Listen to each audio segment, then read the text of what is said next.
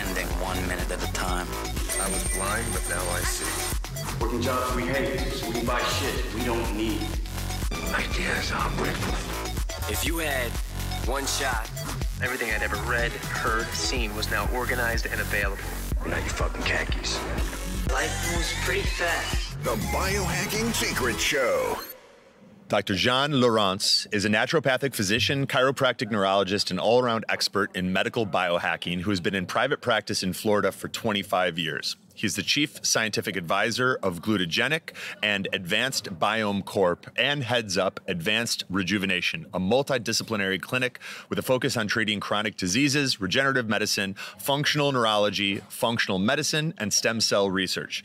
Dr. Lieurance has spent most of his career focused on finding solutions for hearing loss, balance disorders, tinnitus, degenerative neurological disorders such as Parkinson's and Alzheimer's, autoimmune diseases, chronic Lyme disease, CIRS, which is chronic inflammatory response syndrome, and mold illness, and has suffered from chronic Lyme and mold illness himself for many years. From his treatments, he has seen the same success and ability to recover and regain a normal life, free from the chronic inflammation and pain associated with those disorders in himself as well as his patients. For more information, you can go to glutagenic.com, glutagenic.com. That's also where you can check out some of the cool products that we discuss on this episode. And we set up a discount code for you guys that is SECRET1234, all lowercase, SECRET1234. So without further ado, please enjoy this podcast with Dr. Jean Lieurance. Dr. Jean Lieurance, welcome to the Biohacking Secrets Show. Yeah, so glad to be here. Thanks for having me, Anthony. I am excited to talk because you're doing some really innovative things. And I asked you offline, you know, are you a voracious researcher or did you experience some health issues? Because many of the interventions that you're utilizing in your practice are effective, but also not commonly known by the mainstream. And your response was both. Maybe you could share a little bit of your story with the listeners, and that'll give us a jumping off point to dive in. Yeah, so I started out life in Camp Lejeune, and my first, existence in utero, and then the first 2 years of my life was spent on that military base. And it was later found to be the biggest toxic exposure in U.S. history. A lot of babies passed. There's a lot of cancer. It's still an ongoing situation. But, I just felt like I was a sensitive kid. You know, I know now that I had, terrible gluten sensitivity and dairy allergies and was always tired. I always had brain fog.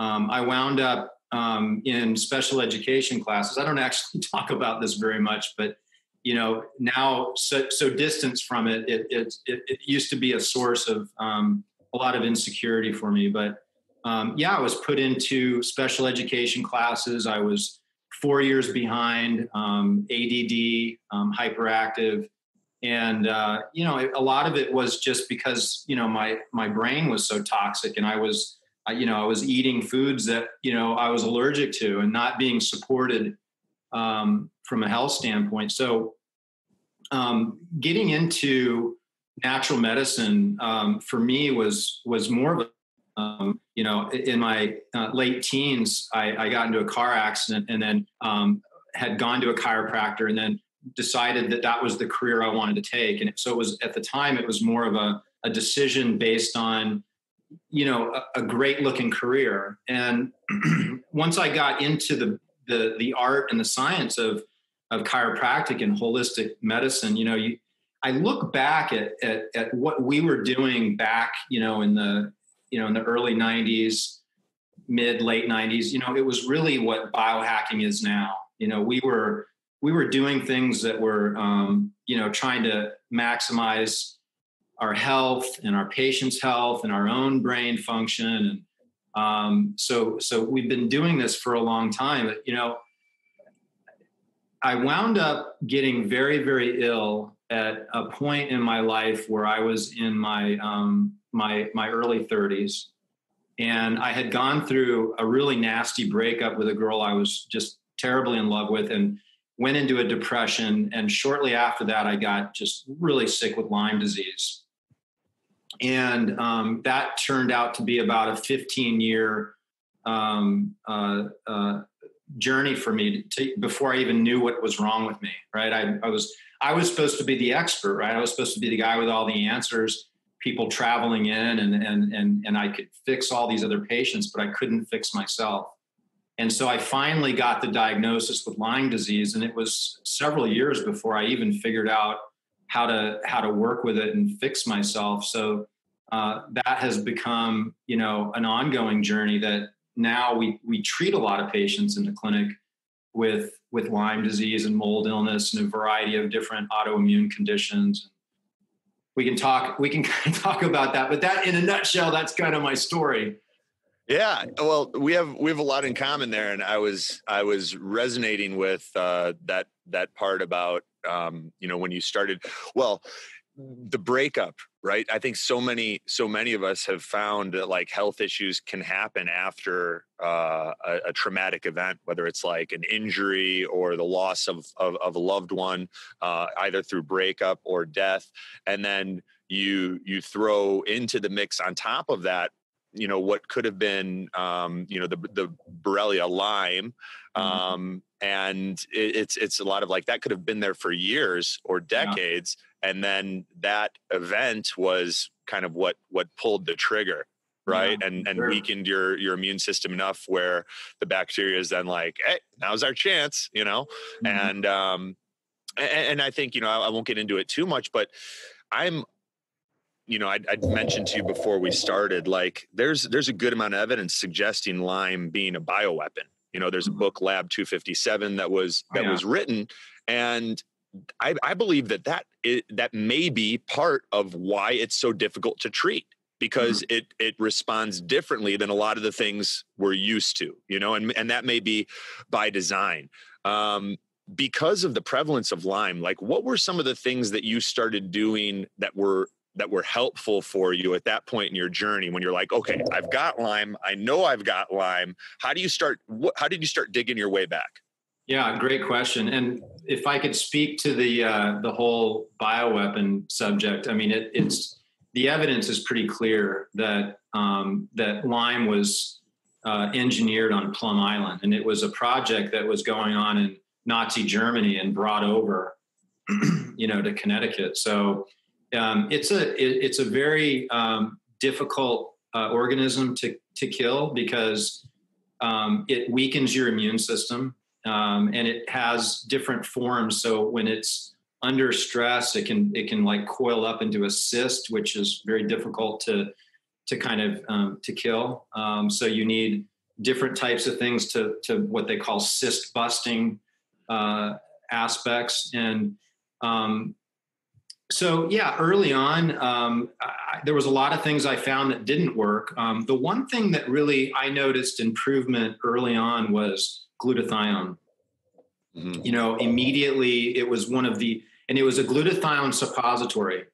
And I noticed I would take one before bed and I would wake up and feel pretty good, and there wasn't a lot of things that I was exposed to that would give me any support like that. And so after having such good, I started my own supplement company making suppositories. And, this is back in probably 2005, 2006. And so we, for years we were mostly using different glutathione products, but I know we're going to get into like melatonin and some of the other exciting things, but so the problem with I'm gonna interject just for a second. Your website for people that want to check out your stuff, because you've got a phenomenal line. I've been using a number of your different suppositories. I actually haven't got to your glutathione suppository yet, but I've been using your melatonin suppositories, your NAD suppositories. I've been using your Zen nasal spray, and we'll talk about all these things. But for those of you guys that want to check it out, your website is glutagenic.com, glutagenic.com, and then advancedrejuvenation.us. That's the clinic. Yeah. All right, perfect. I just wanted to drop those early in the conversation, and then we'll mention them again throughout, but please continue. So, so this is really, really important. I think for anybody that's got a chronic disease, whether it's Lyme or an autoimmune condition or degenerative neurologic disease, there's basically, especially in the world that we're living in right now, it's extremely toxic. There's a lot of man-made toxins. We produce a lot of endogenous toxins because we're living a more stressful life, and heavy metals, they're in our fish. So we have a lot of exposure to all these toxins. And so these toxins settle in our cell membranes. And as these toxins accumulate more and more throughout life, they get into the cell in the fatty aspect, right? So it's the water soluble toxins. We have a fairly easy route to eliminate, but the fat soluble toxins, they settle in the cell membranes, and the cell membranes turn over every 2 years. So once these toxins are with us, they stay with us for a very long time. And what happens is when you get toxic, your immune system goes down, and you have this hyperinflammatory reaction, and it expresses itself in a variety of different diseases, right? So Lyme disease, obviously, biotoxic buildup from the actual infection. So the infection, you got mold, you could have Epstein-Barr, you could have Lyme. These things live in your body and they excrete toxins, okay? Mm. And these toxins are biotoxins, which are often fat soluble, and they further toxify our cell membranes, further making things more inflammatory, further making it more difficult for our cells to communicate with the outside world and in our blood. And this is really at the core of so many different diseases, is this one aspect, which is what I discovered that made the biggest impact for both me and my patients to address this. And so glutathione was one of the glutathione suppositories specifically was one of the first things that you felt made a huge difference. And then when you started realizing, okay, what is the underlying root cause here of many of these conditions is a toxic cell membrane. These fat soluble toxins that spend a long time in the body because turnover of the cellular membrane is fairly slow at every 2 years. So what were some of the things that you started doing when you made that connection? What were some of the changes and interventions that you started using either with yourself or with patients to address that pathway? Yeah, well, that was a great synopsis. So you're a very good student. Oh, thanks. I've had a fair amount of coffee. Yeah, I got an espresso I'm working on here with some chaga. So that excellent. And so, the mitochondria, we have to talk about the mitochondria, right? You can't have a conversation about health and healing or maximizing your life on this planet without how can you make your mitochondria work better and more effectively. So we need to understand that the mitochondria have their own cell membrane, which can become toxic as well. But ultimately, the toxic buildup has a very, very negative effect on your mitochondrial function. This inflammation that starts to accumulate due to this toxic environment creates something called cytokines, right? So we're all listening about the cytokine. And so we know that this cytokine storm kicks in when you have a COVID infection, and that cytokine storm then does something that then winds up in this, respiratory, it's like this out of control inflammatory situation, right? Mm-hmm. So what's really happening there and what's happening with this other conversation are some similarities. So maybe we can kind of try to tie this together here. So what actually happens is something called the Warburg Effect. Are you familiar with Otto Warburg and some of the work he did? He did a lot of the work around cancer, correct? Yes, that's right. But maybe fill the listeners in. Yeah. So Otto Warburg won the Nobel Prize in, I think, 1930. Okay. And he was the one that discovered how oxygen and cancer can't coexist. And he actually was able to define what a cancer cell is versus a normal cell. And so what he discovered is that there's something called aerobic glycolysis, right? So this normally, so I'm almost going to have to get a little in the weeds technical here, okay, just for a second, then we can kind of break it up and make it easier to understand. But a glucose molecule goes into the cell and it becomes a pyruvate. And then from pyruvate, it turns into acetyl-CoA, which then goes into Krebs cycle. And you normally make 36 ATPs with one glucose molecule. So like a sugar or a carbohydrate molecule. Right. So we want that, right? That's a normal situation. What happens when you have a lot of cytokines is that instead of that pyruvate turning into acetyl-CoA, that pyruvate gets shuttled out of the mitochondria and it goes through this Warburg effect energy. Okay. Same thing happens with cancer cells, is the same thing that happens with a COVID infection, is the same thing that happens with someone with chronic Lyme, is the same thing that's happening with a lot of people with autoimmune. This is ubiquitous with many, many diseases, is that all of a sudden you have an individual that could normally make energy efficiently through Krebs cycle are now making energy through this other Warburg effect, aerobic glycolysis. You only get 4 ATPs from one glucose molecule. So with that major deficiency in energy, you now have a very serious situation, because then you don't have the energy for your immune system to work, right? You don't have the energy to build new proteins. You don't have the energy to detoxify the body. Thus, more of an accumulation of these toxins in the cell membrane. So this is at a core level of a lot of different diseases, Anthony. And I'm glad we're talking about this. I know it's technical for people, but, just in a nutshell, basically, when you have inflammation in the body and you've got toxicity, your body can't make energy. Mm-hmm.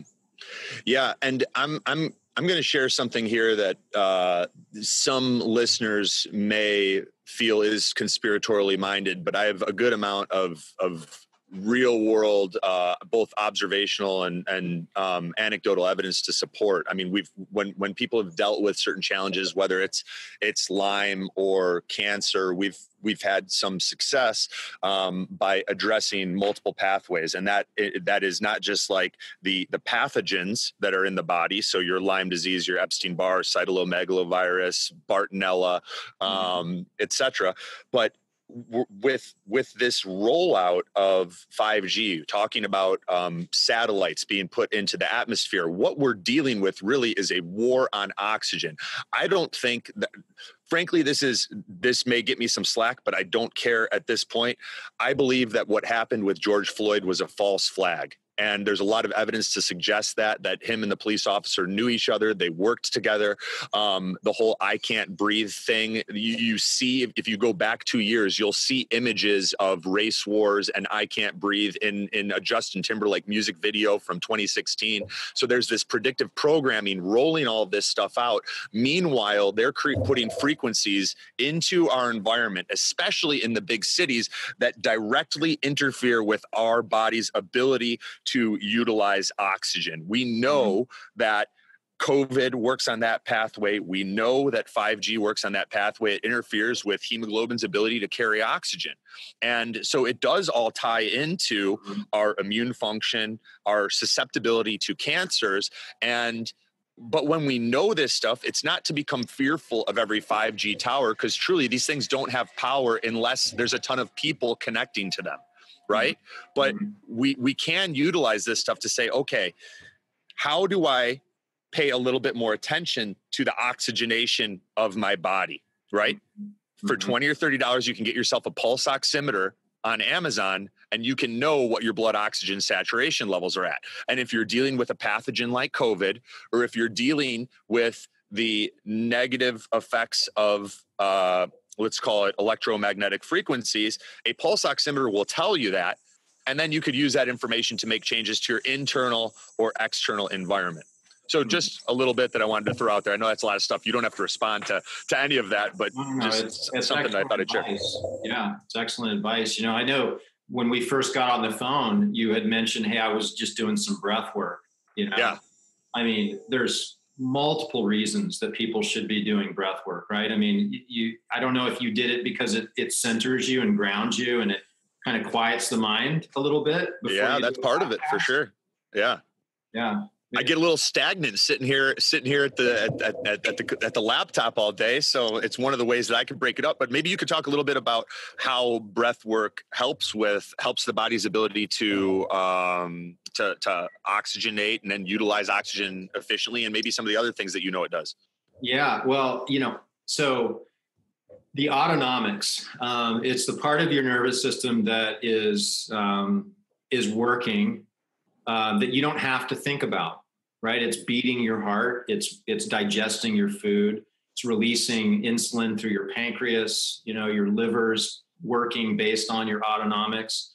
And your breathing is, your respiratory rate. So the autonomics are, basically separated into two components. You have the sympathetic and the parasympathetic. The sympathetic is considered the fight or flight. And this is probably stuff that I know and a lot of people listening might also know. We'll dive a little deeper. It's a good refresher too. Yeah.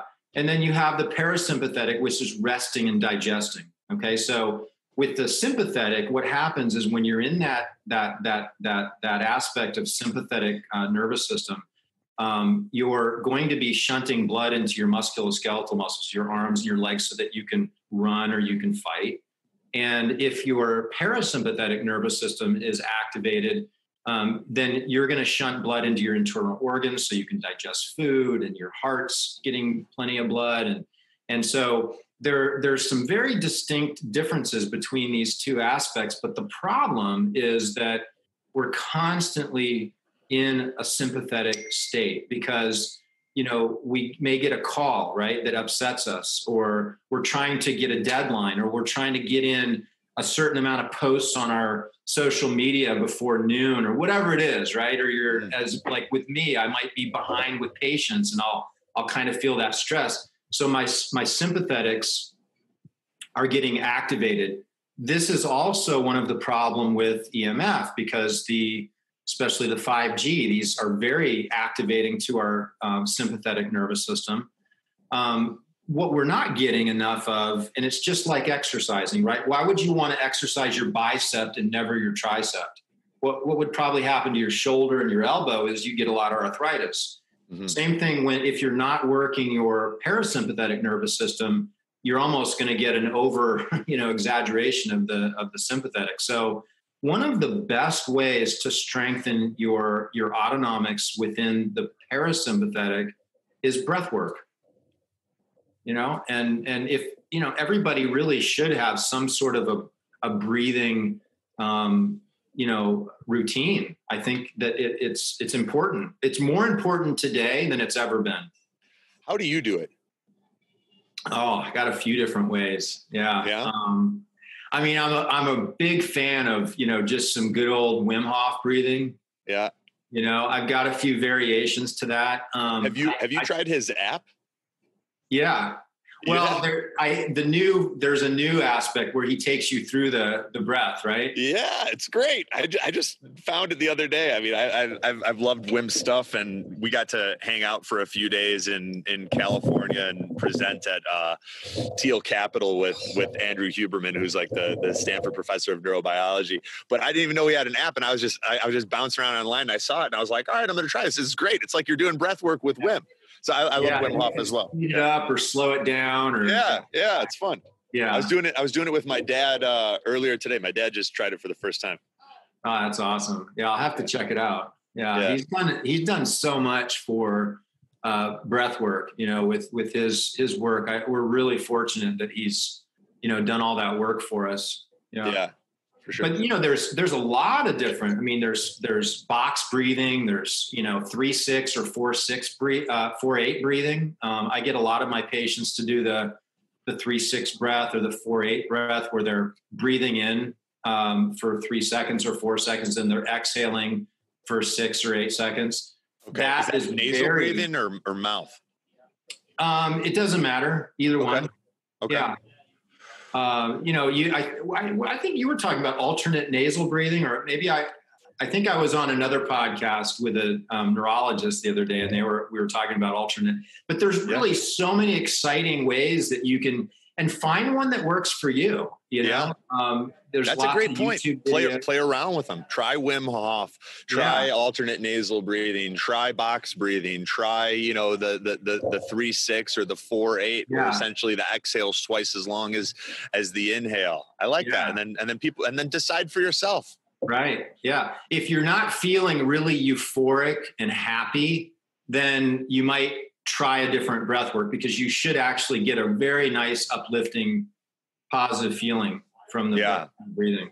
Yeah, that's one of my favorite byproducts of the breath work. I usually go through a period at the beginning where it's sort of like working out, where I don't really want to do it and I kind of feel a lot of resistance. And then as I push through that and kind of get into a rhythm, then I start feeling pretty good. The discipline around breath work it's a challenge. I don't know that it almost requires more discipline than some other things, but once you get going with it, it's like you're just so happy that you did it, but it's not always easy to just follow through with it. Right. Yep. For sure.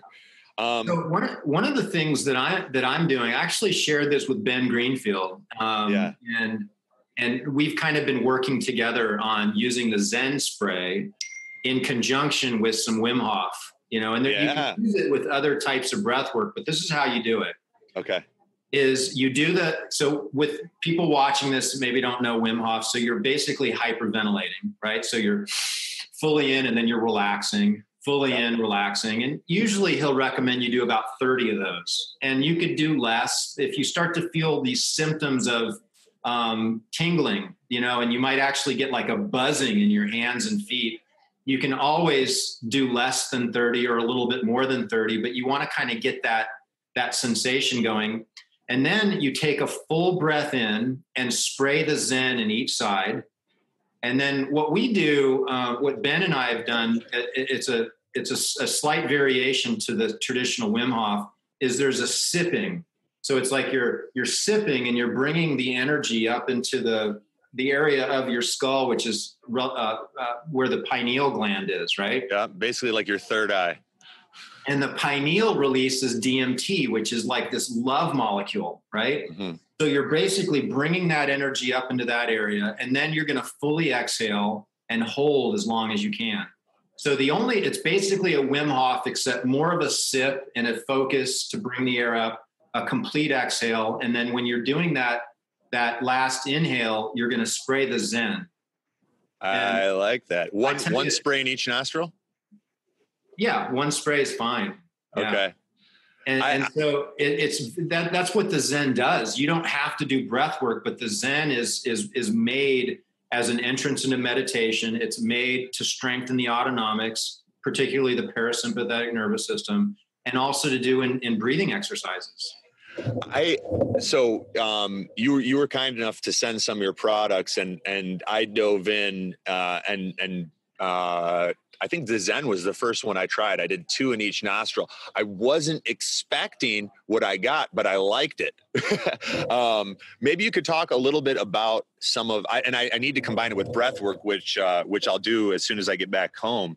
Maybe you can talk a little bit about a couple of the ingredients, whatever you're willing to share, that are in the Zen blend and why. And then we've got, and then where the listeners can get it. Is that at advancedrejuvenation.us? No. So the clinic is more of our clinical website, right, for patients and so forth. But the glutagenic.com would be a great site. You can order it there. Okay. And we've got Secret 1234 set up as a discount code for you guys if you want to save some dough. Secret 1234. Yeah. Perfect. Let's talk about Zen. All right. So Zen comes in 2 different varieties. I have a doctor friend of mine. He's an MD, and he's living with this tribe in Brazil, deep in the Amazon. And he he kind of turned me on to this special blend of herbs, right? And, I think you had mentioned that you've worked with Hape in the past. Yeah. Right. We got introduced to that with my brother and I went to Costa Rica. We went to Rhythmia and did plant medicine. And, they were before we sat for our first ayahuasca ceremony, they're like, do you want to do some Hape? It's spelled Rape, but it's pronounced Hape. And I was like, sure, why not? And they blasted this powder in my nose that felt like a mule kick to the head, but then you're quickly centered and it's like everything goes quiet. Right. Yeah. It quiets the mind. It centers. Yeah. So I had a similar experience. And for me, it was a little much. I thought I liked the effects afterwards, but it was just way too intense. It hurt too much. And I gravitated away from it for a couple years. And then when I reconnected with this friend of mine, they had a blend he wanted me to try. And it was still pretty burny, but I was like, we're already formulating nasal sprays in our company. And I'm like, I wonder if I could make this into a nasal spray that would be something that would be more comfortable and we get the same positive effect. So I use this rare Amazonian herb in one of the versions, but then I also went into the lab and I figured out how to make one with basically essential oils and terpenes. Ah, I like that. So terpenes being some of the compounds responsible for the benefits that we get in like medical cannabis or really any type of cannabis. And it's also like I'm outside right now at our lake house. There's lots of evergreen trees and like, so these plants all around us when we put ourselves in nature and forest bathe or whatever the heck, whatever vernacular you want to use to describe getting your butt out of the house, it's like they're releasing pinenes and terpenes and these compounds that you've got in your formulation that are synergistic with our biology, right? We've got like our cells are able to sort of utilize these to produce feel-good neurotransmitters and chemicals and that sort of thing. Am I talking out of my butt here? Or anything you'd like to add? So the terpenes are the actual fragrant component in essential oils. Yeah. And so all plants are going to have like a certain essential oil blend that if you then break it down, there's going to be a certain kind of footprint, or fingerprint of terpenes that are going to give you that various. And you know what? A lot of our, if not all of the various colognes and perfumes are literally made with terpenes. Ah, that is fascinating. So guys, if you're listening and you have periods of anxiousness, or you just know that you're stressed from all the reaction or all the reacting that is in our life, download the Wim Hof app, pick up a couple bottles of Zen, and do some breath work along with Wim on the app, free, and Zen very reasonable, and you got a discount with secret 1234, and let Dr. John and I know how you feel after. Yeah, I'd love to hear from you for sure. I think you're going to be really, really happy with the effects. I felt the effects without any of the breath work, right away. Let's talk a little bit about melatonin. I mean, I think a lot of people know melatonin as the sleep hormone and something you take if you're not getting the type of sleep that you want. Mm-hmm. But there's a lot of other things that it does in the body. Maybe you could speak to some of those.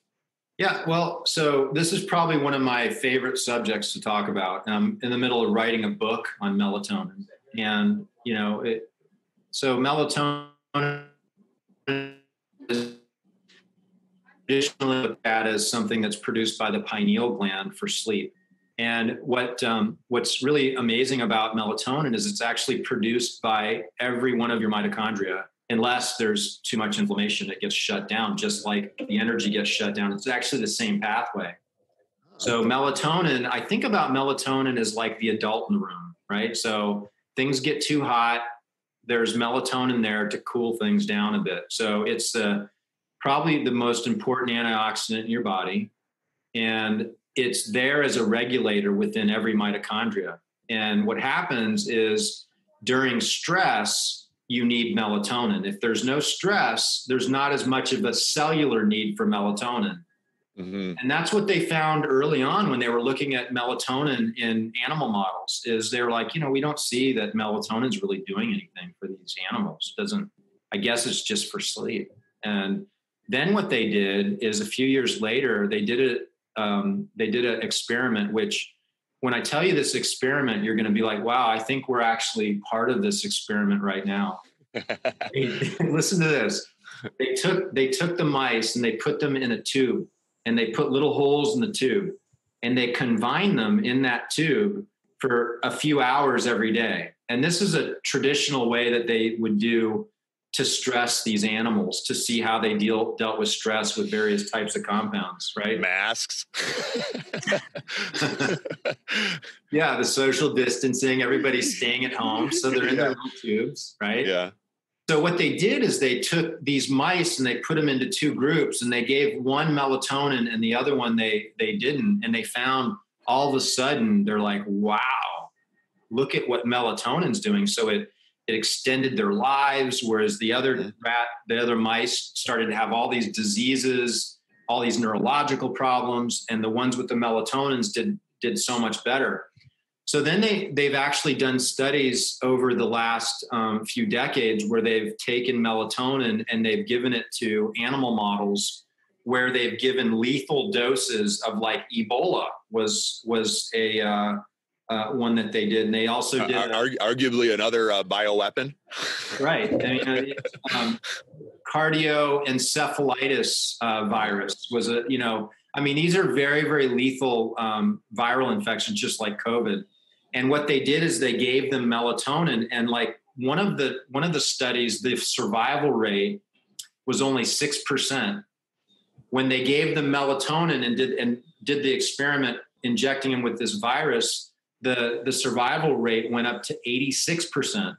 Wow. Like, ridiculous difference in survivability. So do you think that that's because of what its effect on inflammation or the immune system, or what do you think's going on there?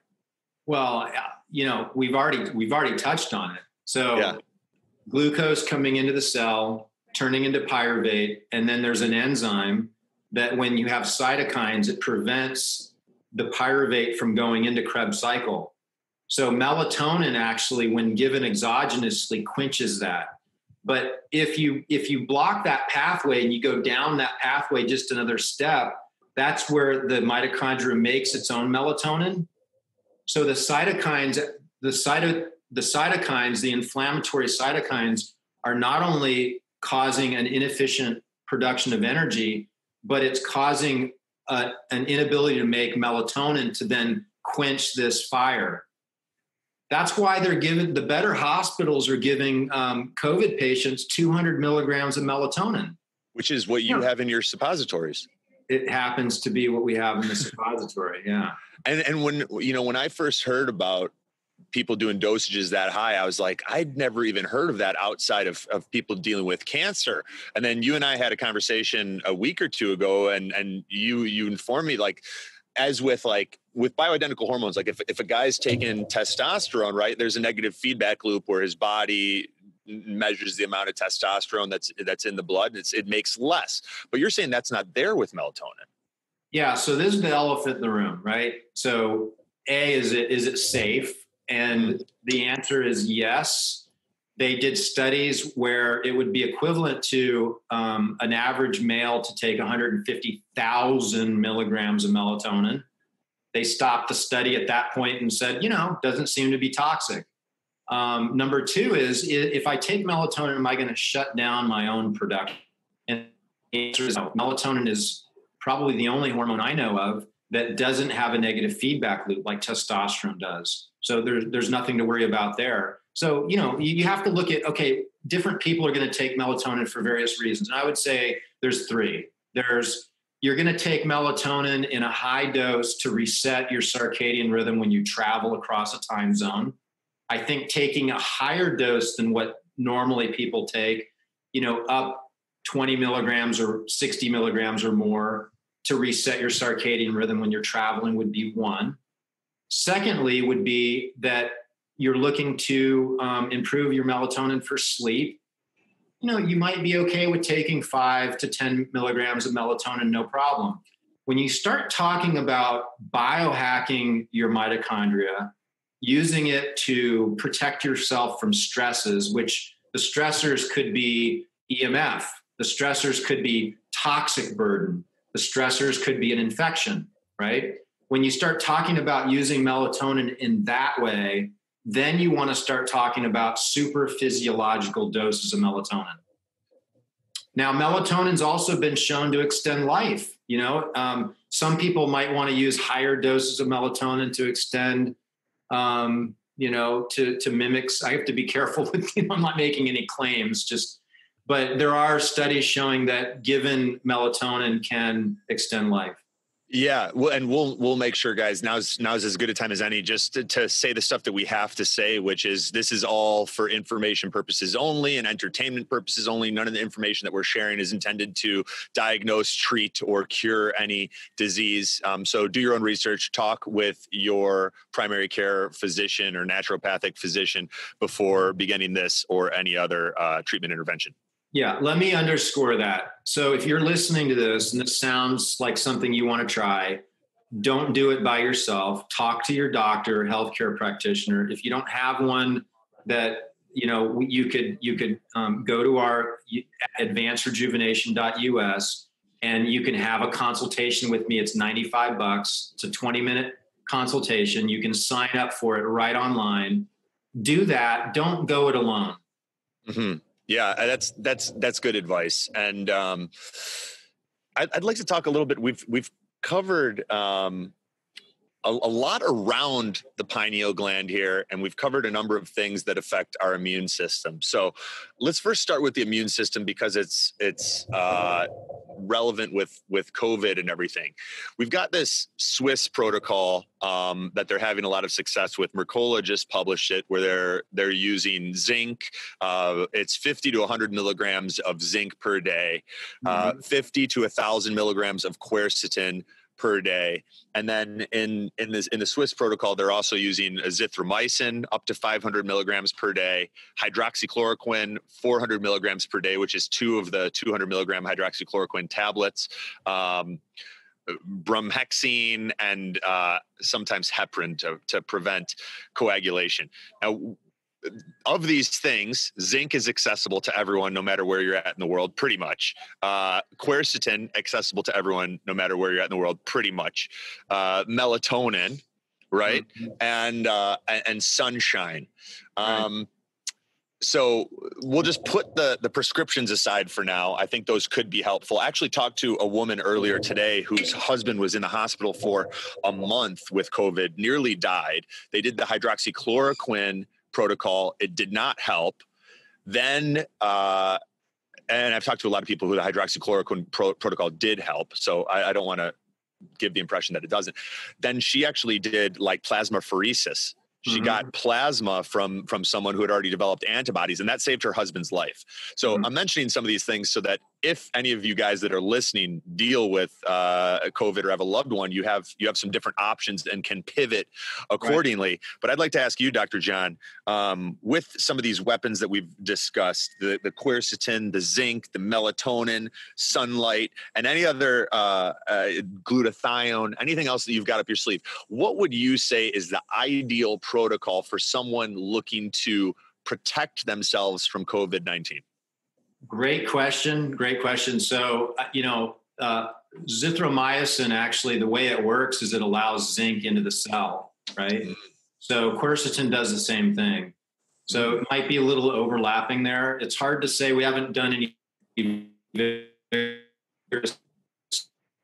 see how they work in combination if you really need to take the azithromycin, but definitely zinc. It inhibits the replication of viruses, strengthens the immune system. Quercetin's fantastic. It's actually going to help to calm down some of the inflammation. The people that are really at risk, Anthony, are the people that already have inflammation in their body, right? Mm-hmm. You can imagine if this is already going on, where your cells are starved of oxygen, right, and they're not producing energy effectively. And those immune cells just they're lethargic. And all of a sudden you get hit with COVID, you're going to be at a much more serious place than someone that doesn't have that going on. So things that you can do to improve the inflammation in your body are critical. So, I think doing like an extended fast, what better time is there than now to do a 3 to 5 day fast, right? If you're at home, you've got no excuses. But what that can do to kind of clear the body of inflammation is probably better than anything else I could advise somebody on. I think that's great advice. And, it ties into this area of like senolytics, which overlaps with quercetin. So like, maybe you could talk a little bit about either senolytics or autophagy, mitophagy, and like how fasting helps our body so that, because, I was talking to a friend's mom earlier today on Instagram, and I'd suggested a fast, and her immediate response was like, what else you got? Like that, it jacks up my blood sugar, and I'm not, you know what I mean? So I think sometimes when we understand the why, it's easier to challenge ourselves and do the difficult. Yeah. Well, for most people, it's starting with, more of a keto-ish type of diet, and easing into a smaller window every day where you're eating within a 10-hour or an 8-hour or a 6-hour window. It's not something that it comes easy for everybody because we're addicted at a cellular level for sugar. And so when you're trying to talk about fasting, you're talking about actually asking the body to be more metabolically flexible, right? They can switch from this reliant on carbohydrate to using a much more efficient fuel called ketones. And you think about, back when the caveman days, we were hungry when we were hunting, right? We were in ketosis. Do you think we had plenty of carbohydrates and sugars when we were out there hunting? No, we were in a deep state of ketosis. So from an evolutionary standpoint, we've actually adapted to be a lot more efficient from an energy source with ketones. Our brain works better. A lot of things work better. So people that start to get more metabolically flexible, they start to fast, they start to improve their ability to use ketones, are going to start to notice that their brain's going to start working better. What's your position on exogenous ketones? Do you utilize them yourself? Do you utilize them with patients? I love them. Yeah. And so I'm glad you said that. So people that are starting to kind of dip their toe into fasting, they can use exogenous ketones. So these are actually given orally. You can take them in the form of a powder or a liquid drink, and you can add it to your smoothie or to your drink or whatnot, or take it, by itself. And it curbs your appetite because it's actually giving you ketones. So it's a way that you can it's like a crutch. Have you used those during fasting? Yes, I have. I mean, for a while, I was doing a ton of the Prove It keto OS. One of my buddies, Russell Brunson, was like, he got in early with that company, and he gave them to me in like 2015 in these little like manila envelopes. It looked like they were whipped up in a bathtub. And I'm like, what is this? He's like, ketones. I'm like your body makes when you're fasting? I'm like, how is this even a product? And then I tried them and I was like, all right. Yeah, yeah, I love them. Yeah. So I have used them like sometimes, when you fast, sometimes it's easy, sometimes it's real hard. The hard fast days, I'll sometimes include a little bit of ketones as like training wheels or, take the edge off. I'll take ketones just on a normal day. I usually have 1 or 2 meals a day, but I generally don't have my first meal until 12 or 1 o'clock. Yeah, me too. I usually delay that first workout. What I'll do occasionally is mid-morning, I'll take some exogenous ketones because I'm still working, and it kind of gives me an extra boost. What's your go-to brand for ketones? My favorite is Ketone Aid. Have you tried that? Ketone Aid, yeah, those are good. Ketone esters. Yes. But they're pricey, but those are definitely the red carpet treatment. This episode of the Biohacking Secrets Show is brought to you by Veritas Farms and their full line of CBD products, CBD standing for cannabidiol. Now, we are real excited about this partnership because Veritas means truth in Latin, and we are big believers in bringing you guys the truth, not just through this podcast, but by making sure that any products that we share or that we bring on as sponsors are products that we personally use, believe in, and endorse ourselves. And that is the case with Veritas Farms and their full line of CBD products. The reason that they're so great, they are full spectrum hemp products, meaning that they have all of the beneficial phytonutrients that you get in a quality CBD product. 99% of the CBD products on the market are CBD isolate, and they're just being resold, meaning they're coming from a few small manufacturers. They've only got one tiny part of all of the important phytonutrients that you need to get the benefits you want from a CBD product, and they're just a bunch of different companies reselling them. Veritas Farms is vertically integrated, meaning they own the farm. They ensure that there are no pesticides being added. It's organic, and then they control the entire process from harvesting to extraction until that product ends up at your door. That's what I love it. It's kind of like farm to table, but for CBD. And the benefits that I've noticed, my sleep is better. I feel like I get a deeper, more restful night's sleep. I'm less stressed. I never have periods of anxiety. I feel calm and focused throughout the day. And it even decreases inflammation when I have flights or other things where inflammation is an inevitable part of life. You take a little extra CBD and it can be very helpful for stress, anxiety, sleep, and that inflammation. So if you guys want to check it out, we've arranged a 15% discount for you guys. To get that, you can go to theveritasfarms.com/biohacks. I'll spell it out. THEVERITASFARMS.com/BIOHACKS to save 15%. Check out the Veritas Farms CBD. You guys are going to absolutely love it. Okay, so coming back, I want to talk about some of the, because I did a little teaser at the beginning about all of the cool interventions that you use at your clinic and with clients and patients, but we haven't touched on them too much. So I want to do that, and I want to kick it off with some of the ones that that I've utilized most recently. And just, you know, if they're in your Rolodex, awesome, and if not, you know, I like sharing these things. So I had a tremendous benefit. I'm saying tremendous a lot. I just noticed that, but I had a very favorable response to transcranial magnetic stimulation on the Brain's Way machine. And shortly thereafter, you know, I talked to my dad about it. My dad has Parkinson's, as many of our listeners know, and you know, and he kind of agreed to give it a go. And after literally the first of 36 treatments, he'd had a more positive response than a lot of the other things that we've used over the years. So that's one. And I was curious if that was one of the things that you were using. And then the other one is, you know, we'd had a number of guys and women in our program who had tested positive for Lyme disease. And then after, you know, kind of following through on some of the changes and protocols that we recommended, tested negative, which was exciting. You know, they're feeling great, and then they get the negative test, and it's cool to see. So I did my Infecto Labs panel, and still came back positive for Lyme. And I'm like, mother of pearl. So I got on some disulfiram, and which is like typically used to like get people off of alcohol, but they're having a lot of positive results for Lyme disease. So I was curious if you were using either of those, and if not, you know, what are some of the things that you've that you're really excited about right now and that you're getting really good results with?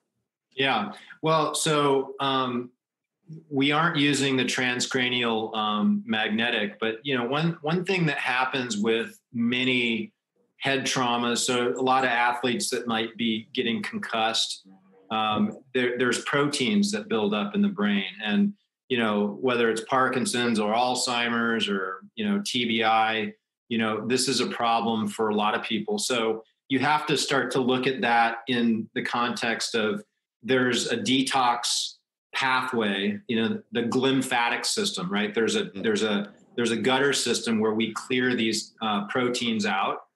And there's also the accumulation actually producing too many of these proteins.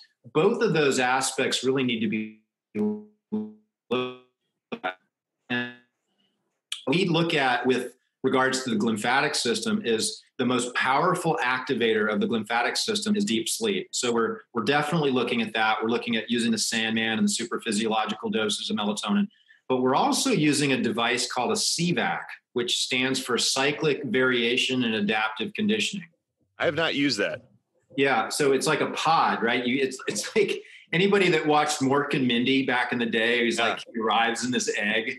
So we kind of call it like the Mork, spaceship, but you get in there and it changes the pressure. So it'd be like if you're in a fighter pilot and you're going up and down really quickly and you're having to constantly clear your ears. Well, this works on the glymphatic system, and it also works, it's a hormetic effect, which oxygen utilization with mitochondrial biogenesis, stem cell activation. I mean, it's the more they look at with this device, the more exciting it actually gets. So we use that. And there's something else that we're using for these protein tangles. It's transcranial acoustic wave therapy.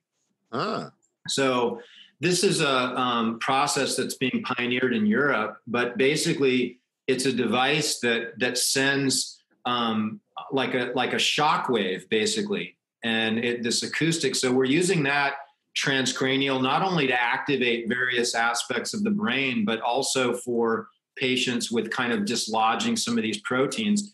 And then, of course, you have to kick in this glymphatic situation. So you do the acoustic wave and you follow that up with CVAC, and you follow that up with making sure they're having good deep sleep. So they're activating their glymphatic system. And we're seeing tremendous, I'm going to use your word, tremendous. That's the word of the day. The word of the day is tremendous. And the number 7. Okay. What's your protocol with the CVAC or whatever you're comfortable sharing? And then I guess the follow-up to this is, are you having them do your Sandman, which is like the 200 milligram melatonin suppository, every night before bed? Is it something that you just do on weekdays, or and then are you measuring their deep sleep with like an Oura ring in airplane mode? Right. Yeah. So we all the above. So different people have different protocols, and so we also have a 60 milligram melatonin oral pill. Okay. And so there's a variety of different reasons that we might put together various protocols for people, but there is not a real negative reason to not take it every day, except for the fact that it might be more economically feasible for people to use it less than every night. But it's something that we do have people take nightly. I'm sorry, what was the other part of your question? Do you measure deep sleep? Do you get them taking using like an Oura ring or something else to get some metrics on where their deep sleep is at? So not every one of my patients has the device, and I don't, make it mandatory for them. They're also doing contact tracing now, which I don't love. Yeah. But I have had a lot of patients that have already been using it that report back to me, and we hear people, talking very regularly about how great their sleep becomes using these really high doses of melatonin. That's great. Well, I'm having a blast right now. I want to ask one last question, because I would ask you offline, but I know there's a lot of listeners who have people in their life that they love and care about that are dealing with neurodegenerative disease. Mm-hmm. And, we've got some great results, as I mentioned, from the transcranial magnetic stimulation on the BrainsWay machine. Let's say, what would you recommend for my dad? What's the protocol that you would put together to kind of help him continue to improve and come back to life? And for anyone who has a loved one dealing with Parkinson's. Yeah, so that's a great question, and I'm going to try my best to simplify and not get too detailed with the response. But anybody that has a condition like this, or a family member, you're welcome to reach out to me. And I can do a consultation and give you more specific feedback I think what's really important is initially diagnosing what's causing the degenerative, because there's, you could have a chronic infection. There could be some sort of chronic toxicity. There could be dental issues that could be causing it. One thing that we really haven't talked about that is super important is they could have a chronic sinus infection, that could be outgassing biotoxins that are getting into their brain. Poor sleep, Is that like a Marcons type deal? Marcons we test regularly for Marcons, and we're surprised that a large percentage of people that we test actually have this.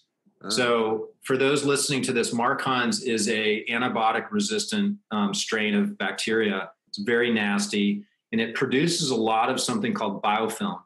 And so it's this sticky material that accumulates in your sinuses, so that if you're in a moldy environment, biotoxins from mold are going to stick to that biofilm.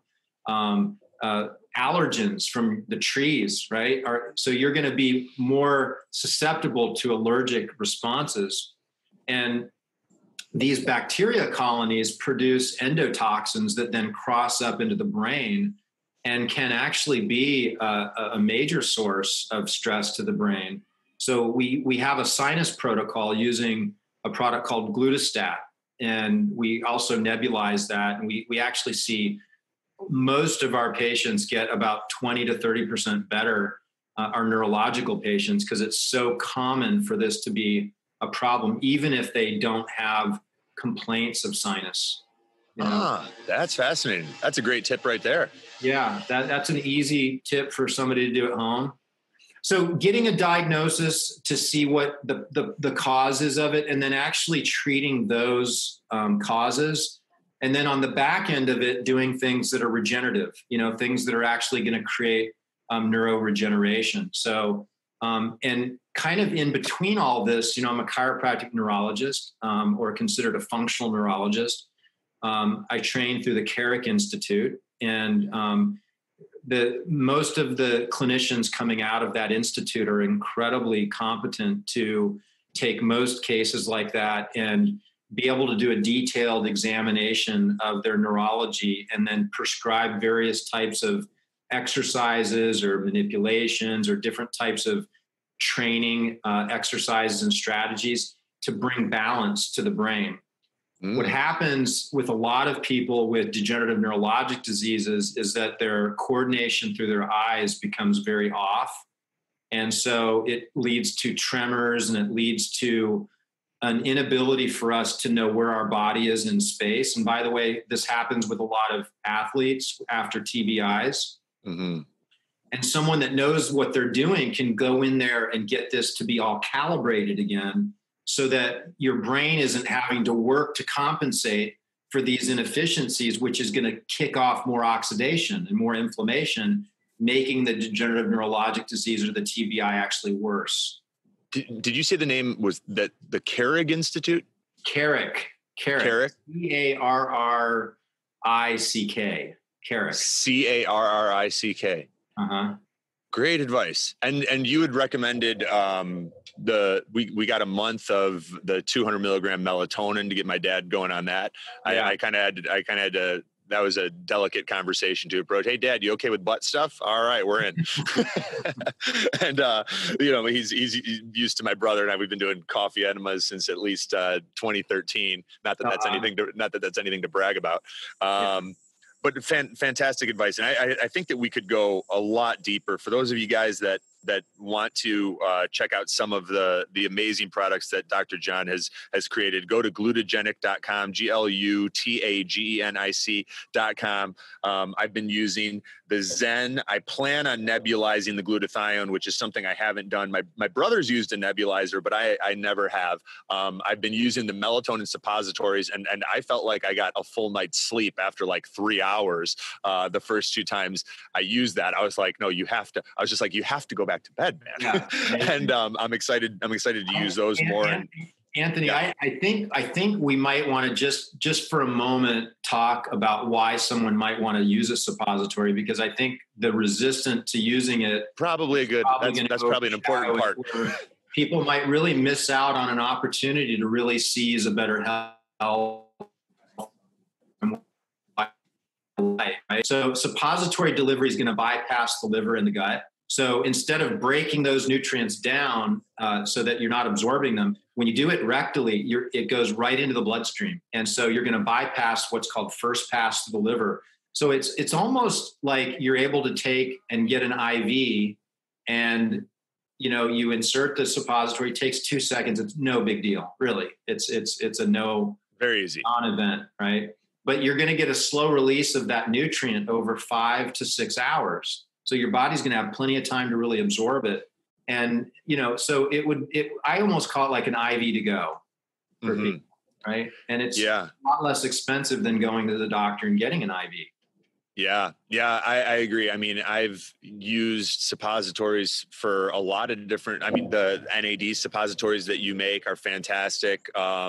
Even heavy metal chelation with like ETDA suppositories. There's a lot of applications, and I'm really excited about people like you doing pioneering work and parlaying that work into products that all of us can benefit from. So thank you for doing that. And please continue to do so. And guys, if you the best way that you could, encourage more of this is to try some of these products, and like breath work, keep what has a positive effect for you. I'm using the C-Max nasal spray, which we'll probably talk about in a part 2, the Zen, the glutathione, the melatonin. And so far I've really enjoyed everything. Yeah. Awesome. Hey, before we go, I see you keep looking up. Are you looking over the lake there? Yeah, so there's a pretty nice view of like the lake, and occasionally you'll see like someone zip by on a jet ski, or if a car's coming by that's making a lot of noise, I'll switch off the audio on the microphone. So these are some of you gotta when you're recording a podcast outside, you got to keep your head on a swivel like you're in a cockfight. Well, would you mind turning it around and let what your view looks like? There's I don't know if you guys can see that. That's the view right there of the trees and the lake and everything. And so this is where we hang out when we get outside the city. And I've been coming up here since I was a little baby. You're blessed, my friend. You're blessed. Yeah. As are you, my friend. Well, Dr. John, this has been amazing. Where can people stay up to date with cool things you're working on? Pick up some of your products. We've got that discount code SECRET1234 that I mentioned, just all lowercase SECRET1234. If you guys decide and feel compelled and inspired to pick up some of these products we've discussed. Well, it's not hard to find me. I mean, I'm on YouTube. I'm on Instagram. I'm on Facebook. We have a website called ultimatecellularreset.com, which we're bringing a lot of content. We're going to probably start ramping up that a little bit more and providing a lot more, content like what we've talked about, to people that are interested in learning. Nice. Yeah. Well, you got glutagenic.com, advancedrejuvenation.us, and ultimatecellularreset.com. Dr. John Lieurance, thank you so much. Appreciate your time and wisdom and everything, and look forward to doing more together. All right, brother. Enjoyed it. Thank you.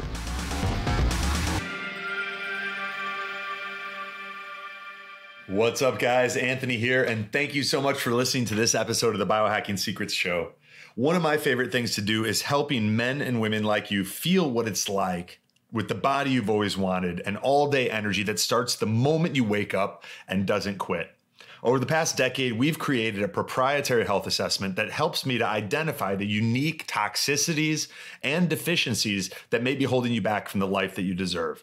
And what we've discovered in doing this with now thousands of CEOs, executives, professional athletes, businessmen, Hollywood celebrities, and entrepreneurs is that there's always room for improvement and optimization.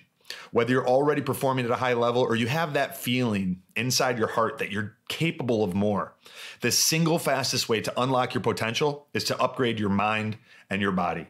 And there's no program on earth that does that faster or to a greater magnitude than our one-on-one consulting program at www.biohackingsecrets.com/coaching.